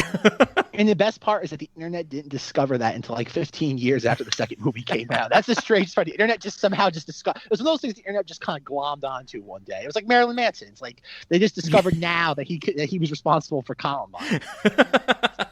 Oh God. I mean, what a time to be alive. 2001 and now. Rob's like, are you telling me the internet is lying about something? Is that the people of the interwebs have been misled? God. Oh God, this movie. What a horrible time to be alive. Jeez. I think that's all I had for Saving Silverman. I'm glad we got philosophical about it. That's what this needed. Any other thoughts on Saving Silverman? I mean, Ben, let's how many times are you going to watch it today? let Ben off the chain. Let him complain about this. Yeah, is Ben going to go on a rant about Saving Silverman? Better movie, this or Way of the Gun? No, hold on. Rephrase. Better movie, this or the opening scene of Way of the Gun? Opening scene of Way of the Gun. Okay. The characters weren't believable. That sucked. That's tough for me. Feels like I don't want to say they're unrelated because obviously they're related by the story elements, but the movie felt like a mishmash of scenes that. What? Hold on a second. Can I time out for 1 second? Uh-oh. Which cut did you guys watch? Because there is the unrated cut that actually there's. I remember as I was watching it yesterday, I'm like, oh wait, like this wasn't there, and it added some like. Did you guys? This is the scene that's the most pronounced to me. Did you see Jason Biggs and Sandy in the laundromat? No, I'm pretty sure I was only able to find the theatrical because this movie was actually not the easiest to find, or at least there weren't many sources for it. But ours was the one that clocked in a little under 90 minutes. Okay, I didn't even know there was an extended cut until I saw what I watched. I didn't know until I did my research and read it after I watched the movie, and I was like, "There's no way I'm trying to find that." Sure, I didn't mean to interrupt you, Ben. It's just because like there was things like as I was watching it, like I don't remember this though, but it kind of made it made slightly more sense. It went from like a point one to a point like 1.5, but like I definitely read that in the extended version, the death of Amanda Peet's kickboxing boyfriend is extended. In the version we watched, he basically just hits the ground hard. I know that I read that there's actually like it shows his neck breaking in a much more gruesome way. I think is what I read. I didn't remember that. Okay. I watched it and like it's exactly how I remembered it. Like there's a couple scenes here and there that were like it felt like more deleted scenes than anything else. Gotcha. Yeah, I don't remember the death. I remember that death scene originally because again I had the VHS, but like I don't remember it being different. Like it's exactly how I remembered it from like 19 years ago. Yeah, I think the extended edition, from what I read, is only a few minutes longer. So, like you said, that deleted scene stuff. It fills a couple of things in. Okay. It fleshes things out a little bit more. Nothing meaningful, but like just enough where you're like, oh, I get it. Because like there's the scene I was about to ask, in the extended edition, is there a reason that Jack Black and Steve Zahn just randomly start using a war cry eventually? Because that threw me off when they crash the engagement party and they get kicked out. They're like, we're going to save you, Jason Biggs, blah, blah, blah. And then they go, what? Or something like that. I'm like, and they do it like 6 times. And I'm like, what? I'm like, where the fuck did this come from? Hey, this isn't over yet. We're not giving up on Darren. Yeah! Coming on, yeah! That is not explained. I remember that. So... Like I remember that. Like they're outside getting thrown out, and they're just like coming around. Yeah, it's like okay. Yeah, I got so confused because I'm like, wait, why wasn't this established like when they were all like related to the football team in high school? Like, wouldn't that have made sense? That it's like they were the three friends. You had the cheerleader, the mascot, the football player. They would all have their war cry for when something good happened. But instead it just comes out of nowhere when they get kicked out of the engagement party. And they also mistakenly think that the dudes in suits that Jason Biggs literally just met are like their replacements. Like I think even Jack Black is like, take that, fake Wayne, and like punches the dude. And I'm like, this makes no fucking sense in the context of this movie. It just meant they're stupid. They just think they're being replaced like that. And that's what it's supposed to be, but they're stupid. Like you have to realize like every character in this film, except for maybe Sandy, is stupid. Sure. Yeah. Her character trait is she has large eyes. Her character trait is that she's just meant to be a good person. Like that's it. Oh, speaking of Sandy, and I was trying to block this out of my memory. Is the nuns weightlifting the stupidest thing we've seen? I hated that. Yeah, it's dumb. It's dumb. It's meant to be like, oh, isn't this crazy? The nuns have their own gym. Yeah, and it's like, this old lady's lifting weights. Whoa. In the one scene, Sandy's like bench pressing 135 pounds, and then the nun starts shoulder pressing it, which is significantly more impressive. She has more. She has more Jesus power, man. Yeah, apparently. Oh my god. But yeah, there's a fun. Again, I could go through this movie beat by beat. Like, I love the thing where like Steve Zahn calls Arlie Ermy. He's like, "Come on, coach, bail us out. It's only 10,000 apiece." He's like, "No way." And he's like, But coach, they're sodomizing us. What? They're cornballing you? Don't worry, guys. I'll be there. Don't worry, boys. I'll be there in a moment. And Jack Black is like, it's like somebody's making you their girlfriend. I want to meet him. And it's like, okay, early 2001, let's gay humor. There we go. That's really funny. Now. I found that, like, you have to realize this. Again, Rob, you know, and our audience is quite aware, but like, I live in the early 2000s. Yes, like, yeah. I might be in 2021, but mentally, I'm still in 2002. Oh, I mean, I guess Bring the me other back. I want to go back. thing... I want to go back to 2002. Ben and Rob. The only thing I think that I wanted to last mention when we mentioned the gay stuff is that there's one little bit at the beginning where Arlie Ermy is like, he's sending the football team. He's like, stay away from women. You know, if there's any urges that you can't numb with alcohol, then use your hand. And then that's all we get. And then at the very end, he's just like, I'm gay. And I'm just like, that's it? That's all we're going to get? Well, it's breakneck speed. Yeah. It's gay humor. It's like, oh, I'm gay too. And that's what I mean. It's like they kind of forgot about those two characters. And they're like, okay, just put them together. Oh, God. If you can't suppress your urges with hard liquor, use your hands. Words to live by. Isn't that the lesson from Isn't that Sterling Hayden's lesson from Dr. Strangelove? Women are trying to steal your essence. Oh, yeah. And it's like, and the only way to do that is like through like what? Like grain-free alcohol? Yes, absolutely. Oh, God. There's a Venn diagram somewhere, and it's like Dr. Strangelove saving Silverman, and there's like the most minuscule overlap. And it's that joke.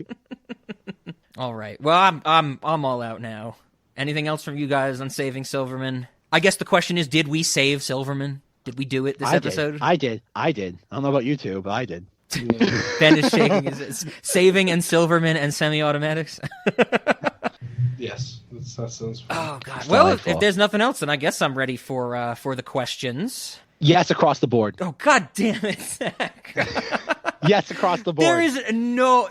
Okay, I guess Cinemodities. Yes, across the board. Well, I guess for late night for you, I'm asking: is this going to be a Ludovico technique? Are you? This is one. Don't get me wrong. Like, this is not high, like in the ranking. Like, as we know, like Vox Lux, those sort of things are like my go-to late night movies.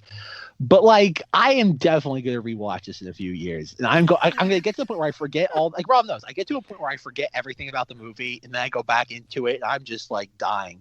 And I'm almost getting to that point with things like The Book of Hank, Men, Women, and Children. Enough time. I'm starting to figure out like it takes 3 to 4 years to elapse. Then I start to forget the intricacies of the films. I have to do that. Like every 3 to 4 years, I will revisit this and I will laugh my butt off. Okay. I also have a third testicle.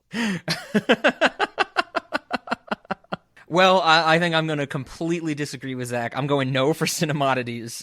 This has that absurdity, but it doesn't reach the level that I appreciate. It falls flat for me.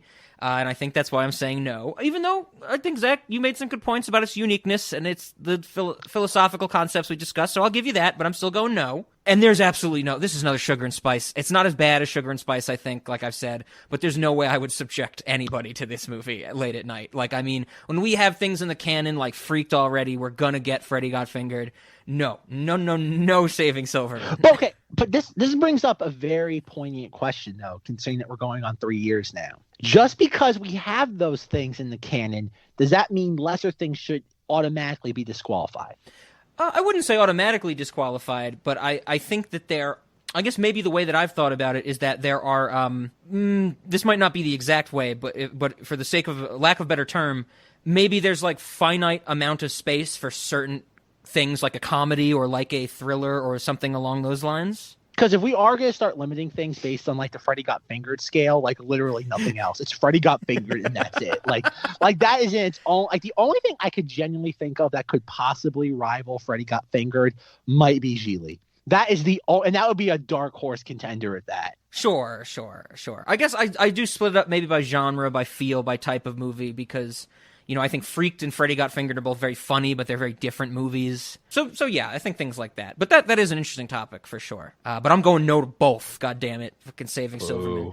Boo. Ben, would you like to surprise us with an 11th hour switch to? Hey guys, I actually loved this movie. I'm watching it right Zack now. talked me into it. I will give it that it's odd, Oh, okay. but I would recommend this movie to no one. So you're split, Ben?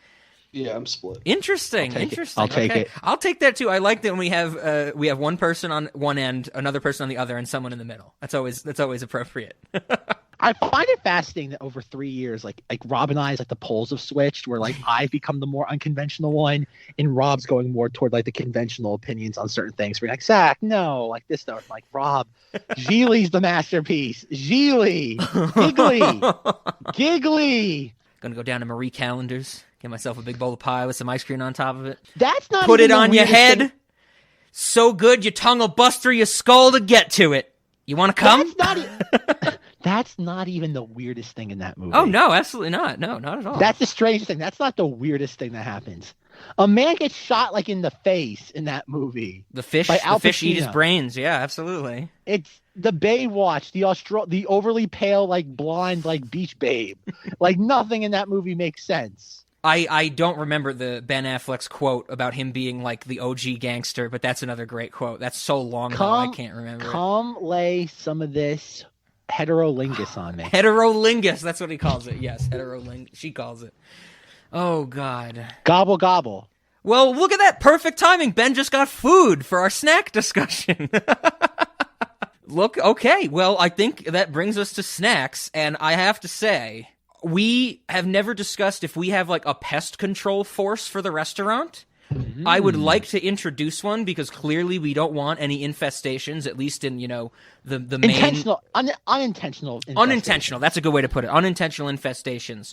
Our pest control force, we have to have Steve Zahn's tranquilizer guns with the shoulder stock. Like, I found that hilarious that he has a tranquilizer gun with the shoulder stock. So I was like, the first time it shows up in the raccoon scene, I was like, is this a legitimate gun? Does he actually have like a little rifle or something? But it's great when he's running around in the raccoon scene and then in the house when they're kidnapping Amanda Peet and he's, like a military dude all dressed up with the camo. That got a little laugh out of me. So tranquilizer guns with shoulder stocks are a necessity for our pest control force. Pest control or for all wait staff? Probably. Is this another thing we're putting on like their utility belt of sorts? Of sorts, yes. Okay. I could get behind that. I mean, I just love the imagery of a tranquilizer gun that built up, on a with waiter, attachments. On a waiter. Yeah. I love that, having waiters at a restaurant with tranquilizer guns. They'd be like, what is going on here? I think another one. I have one more specific food item, and then there's some that kind of branch out with other things. But the scene where Jack Black takes the whole plate of nachos, and Steve Zahn's like, dude, and he's like, if the nachos stick together, it's one nacho, I think we should serve a nacho dish, maybe called the one nacho dish, and it's a massive amount of tortilla chips, and they're grafted together with cheese that is hard as concrete, so they physically cannot be separated. And so it's like you just have one big like tortilla pizza almost, It's like just stuck together. And I think that'd be pretty cool. I mean, the cheese would probably be hard enough, too hard that you could even chew it, but that's nothing new for the restaurant. What we do, we use the cheese from the for the Blockbuster commercial. That's the plastic. That's how we keep it so congealed. It's melded together with cheese and plastic. Okay, I like that. So just slightly more plastic than your normal Kraft singles. Okay. I also have to say, there's a scene where Jack Black brings a bunch of like videotapes to Amanda Peet because for something for her to do, and he's like, I either got monster trucks or porno, and there's one that's both. We need a Cinemodities video production of a monster truck and porno combo. Like, I want to make that and sell it in the gift shop. What do you think? Isn't that just Southland Tales? That's Ben read my mind because I know I've told Zach that we get a scene where two cars have sex with each other, where one exhaust pipe turns into a penis, one turns into a vagina, and we see insertion. And the great joke from John Larroquette is the guy's like, I'm not sure about this commercial. And he goes, don't worry, sir, it's the European version.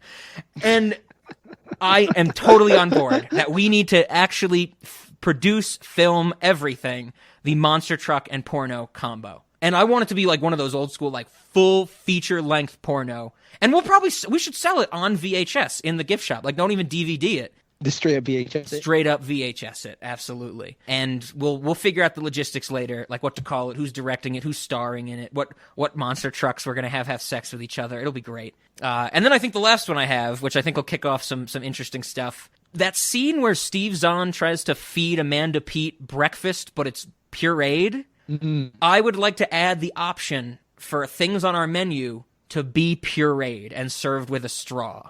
Oh, okay. And I'm talking everything. You want your cigarettes pureed? Go for it. You want your Sunchip wrapper that's gonna, cut up your intestines pureed? Go for it. The option of pureeing things. That's what I'm thinking. I'm trying to think of other snacks we have that would be awesome to puree. But I love that idea. Sky's the limit. Anything. It's an option, for, as I like to say in air quotes, a small fee. The small is in air quotes. The fee is definitely not in air quotes. That we have the option to puree the dish and serve it to the customer, and they have to drink it through a straw. And I think that would be wonderful. What are some classic snacks that we could... The cigarettes I definitely thought of. So I think it was High Anxiety where I pitched the ever-increasing size of meals, like the... Oh, yes, absolutely. So you just have, like, different sizes of pureed drinks. Okay, I could get behind that, absolutely. Jeez, what else do we have? I'm trying to think of some snacks. Well, I mean, cigarettes is stuck in my head because it comes up so often. But I think that's the way to go, that we have the option for pureeing things. Because who doesn't want to drink something through a straw? Absolutely. Those are my snacks. What did you guys have for this one? Oh, God, there's Arby's. Which might be the most toxic thing on the menu. You know what? I'm actually glad that you bring that up, because when Steve Zahn has the Arby's burger, he pulled it out and he's like feeding it to Amanda Peet. And that was one of the moments where I was like, God damn, early 2000s, that burger was fucking huge. Like, you ever see those things where it's like, this was the size of the Big Mac in this year, 5 years later, and it keeps getting smaller and smaller? I saw the size of that like Arby's burger and I was like, God damn. It was probably cheaper than that same burger today, and it was bigger. Yep. So you're probably not wrong, Zach. I want to go back to 2001 and just, clog my arteries with cheap, giant fast food.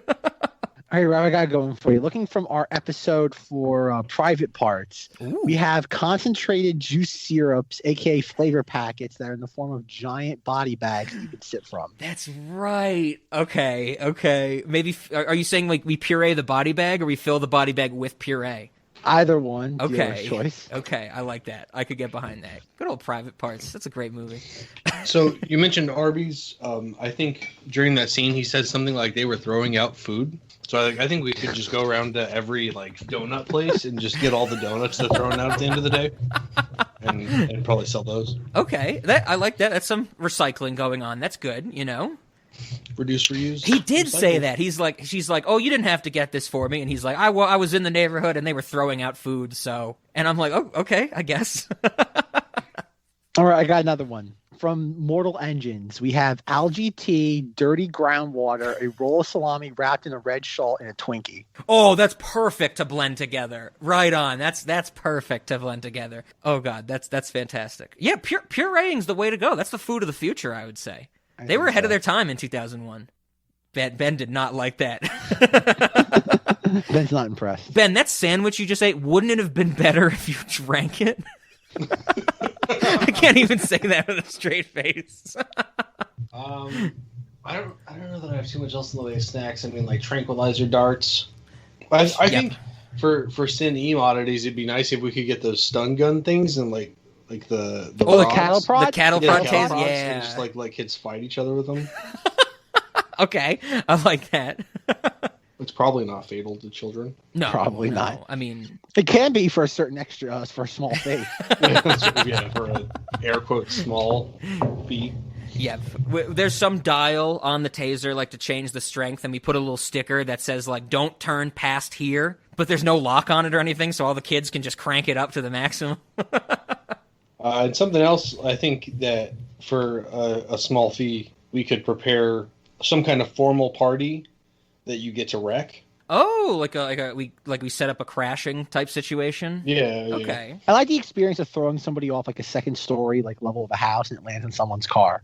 I like that. Like they're outside the restaurant. Horrifying scene. That was delightful. Oh yeah, she is screaming so much. That was definitely felt out of place. Where she is just like shrieking in that scene. I love it.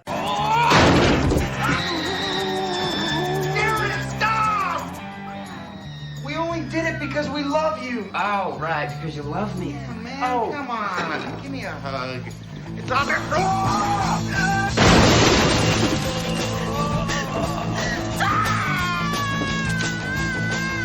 I love it. I want that as an experience. We have like a balcony. Maybe we'll tie it into the balcony from Dread, where the kids are like skateboarding from like the Sure. 115th floor. Yeah. You throw someone over a balcony and they land like on the cars they're trying to leave.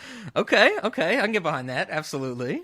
Oh god. Oh god. I had it's no great. other snacks. Did we do it? Did we save Silverman? I think we did. I saved Silverman. Ben helped partially. Rob, you did not. You are not in this at all. I was trying to push You did not Silverman save- back underwater.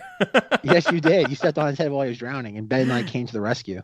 Oh man. So I guess we have to mention what we're doing next week. It's something that when Zack first pitched this podcast idea to me and we were getting set up, it's still in the spreadsheet on my media tab. It's one of my favorite movies of all time. I'm so happy we're finally getting to it. Henry Selick's only live action movie, Monkey Bone. It's going to be fantastic. I cannot wait to discuss this movie.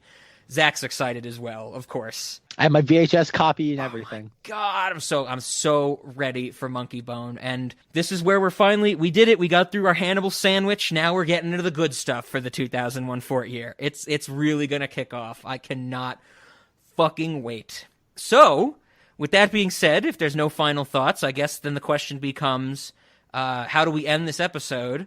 And I'm going to make a hard stand for Authenticity by Harvey Danger in reverse, because that's the best song. Yes, Zach, it's the best song in this movie. Neil Diamond. That answer's too obvious. Neil Diamond.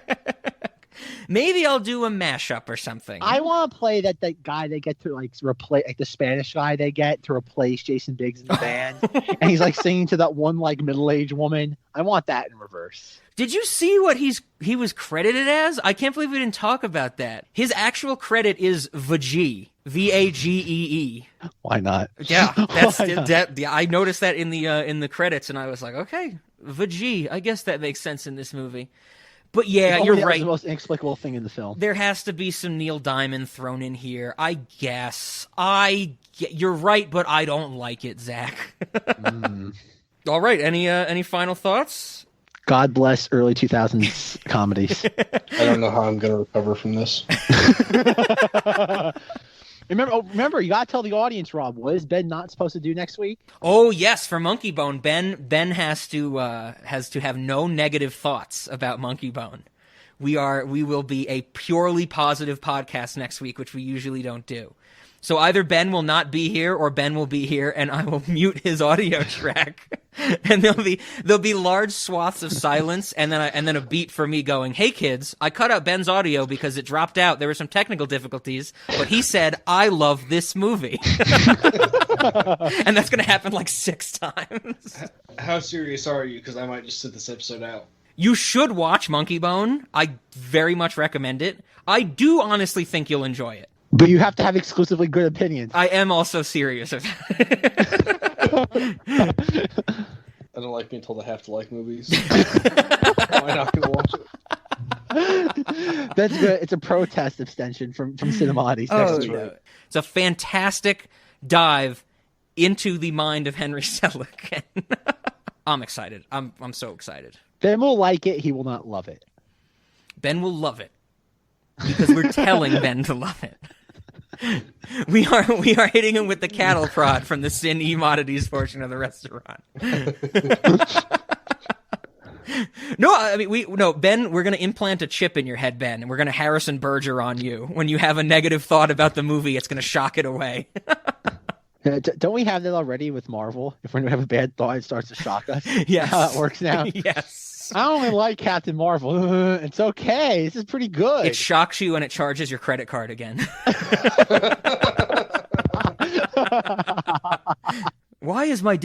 Why did my Disney Plus monthly fee go up? It's because I said Captain Marvel was zzz. It went up again.